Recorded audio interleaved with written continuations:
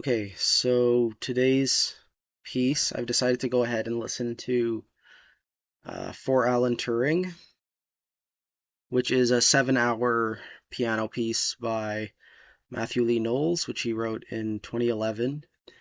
And he's done a few pieces like this. I think he has a piece called For Clive Barker that's 26 hours long, and he just had an organ piece called For Samuel Beckett premiered in the UK. I think that one was like maybe 16 hours long. Um, this will be probably the longest thing I've ever listened to, and I might have to break it up in parts. But he did get a performance of this. The pianist Kate Ledger performed it during the pandemic, like in a YouTube live stream. Actually, it's on his website. Yeah, and there was a little bit of promotion that went into this too, I think. Um, so there's this 8-minute piece. Um, or sorry, this 8-minute That's why. video where different people that Matt knows praised the piece itself, and then you have Kate Ledger's performance here. So this was part of Turing's centenary celebration at Cambridge University, and it was associated with the Guildhall School of Music and Drama. Um, I guess there was like a excerpted performance in 2011, and then sometime later, like 2021, so 10 years later, there was a full performance by Kate.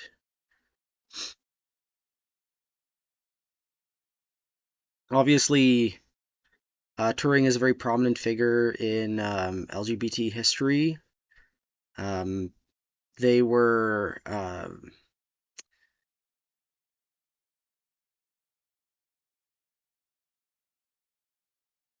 yeah, they were someone who went hormonal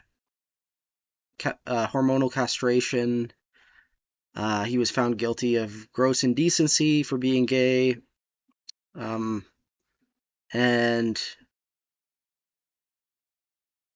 you know, this, like, sort of having a piece of art to commemorate them draws attention to 50,000 other men who went through the same experience, often ending in suicide.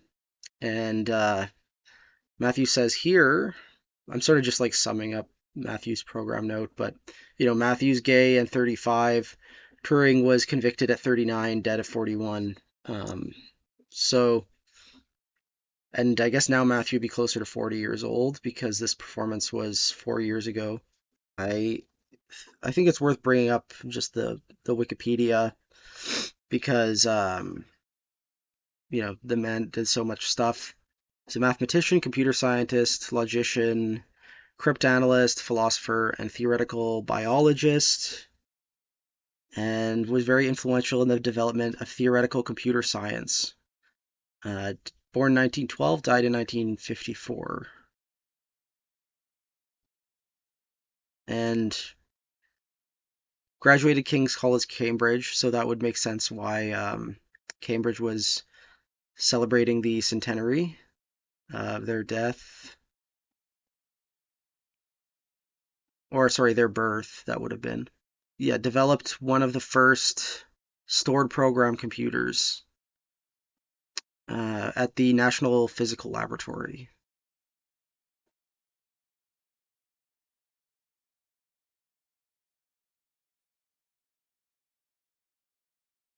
So yeah, in 1952, they were prosecuted for homosexual acts. He accepted the hormone treatment procedure, commonly referred to as chemical castration, as an alternative to prison, and then uh, they died at 41 from cyanide poisoning. Um, so yeah, the score itself is freely available. You can see that I guess on the shorter end, a performance would be 3 hours long, but then on the longer end, it could be 8 hours long because the notes range in duration. There's like four different sizes, which don't really overlap in size. So there shouldn't be any confusion between them in a given performance. And you can see that it's about 58 pages long, so these pages of music are minutes long, like definitely more than 2 minutes, maybe closer to 8 minutes long per page. And I think Matthew does in this piece something where he like takes text and literally transcribes, like encodes the words into different chords and then literally just transcribes them out. So this is like some sort of speech music metaphor thing. And then when I was looking at the score the other day, one thing that really stuck out to me was how low it is. It's like really mostly in the bass clef in this sort of like baritone register with notes popping up in the upper octave. And it's like that texture throughout. So 8 hours of sort of this weird like registral use of the piano, right? It's not only constrained in terms of the entire instrument, but it's like more concentrated in the sort of left hand area. Um, so yeah, I mean that's about it. You know, if you are trying to listen to this yourself, like I am not going to be able to do it all in one sitting. So I'm doing 3 loads of laundry. I got, drinks. I might do my nails or something. Because I'm sure I'll need a break at some point. And who knows if I'll be able to follow the score the whole time. I might only be able to do it for the first hour. Um, so that's my day. Tomorrow it's a holiday, in Canada at least. It's a national holiday. So I'm basically using my extra day of the weekend to do this. Um, yeah, I mean, see you on the other side. And the link to Kate's performance here is in the video description. Okay, so yeah, this was quite the way to spend a day. Um, yeah. So obviously the most like impressive thing is Kate's performance. I mean, it's really crazy what she was able to do. Um, I, from a composer's perspective, I think there's some kind of like interesting problems that Matthew sets up for himself here. Like, the way the piece works is like he just he goes word by word through some sort of text and grabs those pitches which correspond to the letters A, B, C, D, E, F, or G. So obviously there's going to be mostly A's and E's. And basically the only parameters that he has kind of control over are like the placement of these fermatas, the placement of the pedal, and what register the notes fall in, so what octave they fall in, which is sort of like the big parameter. And I guess I was surprised to see that each movement had its own character and they varied greatly in duration. So, like, for example, the first two movements are both like 45 minutes long and their lower octave spans from like A2 to A3. Um, but then in movement three, we get a 2 hour long movement that explores um, the E, like that space below the A2 down to the E. So movement three is a big departure, and then movement four is also 2 hours long, and it's like almost the same register as the first two movements, but it doesn't go below the B. So it creates this weird effect where like it destabilizes where you place the tonic, like because you're tempted to hear it in A minor a lot, and then whereas movement three sounds more like Phrygian, and then movement five is very long as well, but and it's like the lowest. It actually goes down to the like A that's three ledger lines below. Um,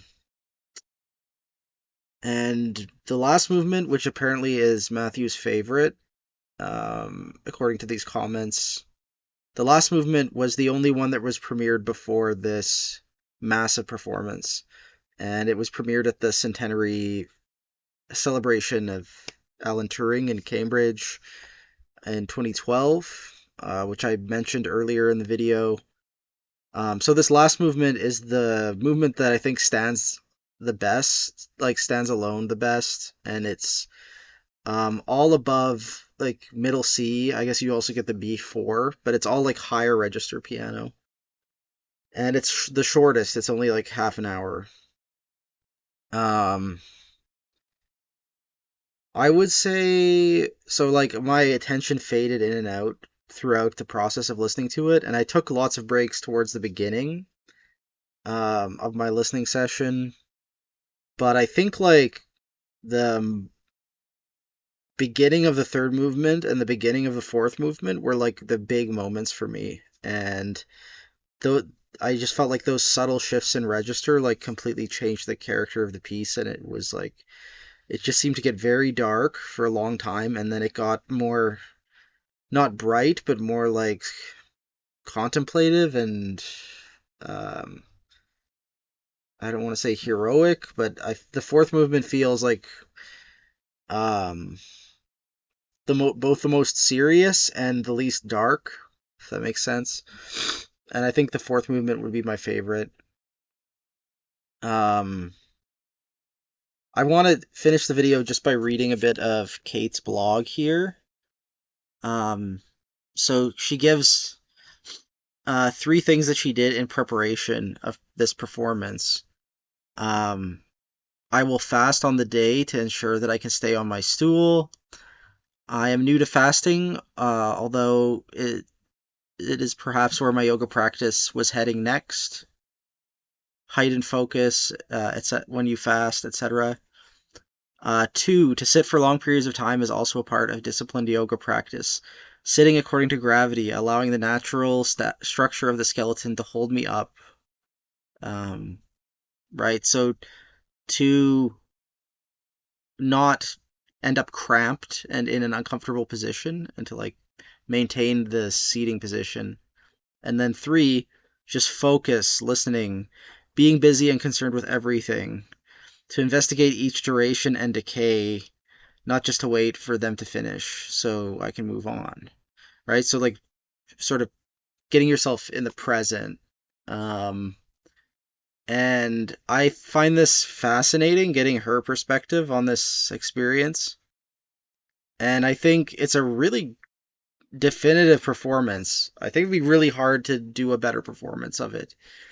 I mean, just doing it to begin with is a big feat, but she also made it very musical the whole time, which was like very almost psychedelic from the listener's perspective. Like, um, it was like this drug coming on that you couldn't even distract yourself from. Like, I really wanted to like stay as focused as her, you know.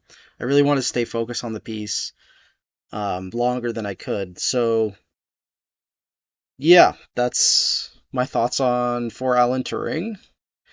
And there are more things written about this piece. I think there's an article in Tempo about it. So if you are in academia, I might recommend checking that out, just out of curiosity. And yeah, I'm pretty much done with listening for today. So yeah. I'll see you tomorrow with another much shorter Matthew Lee Knowles piece.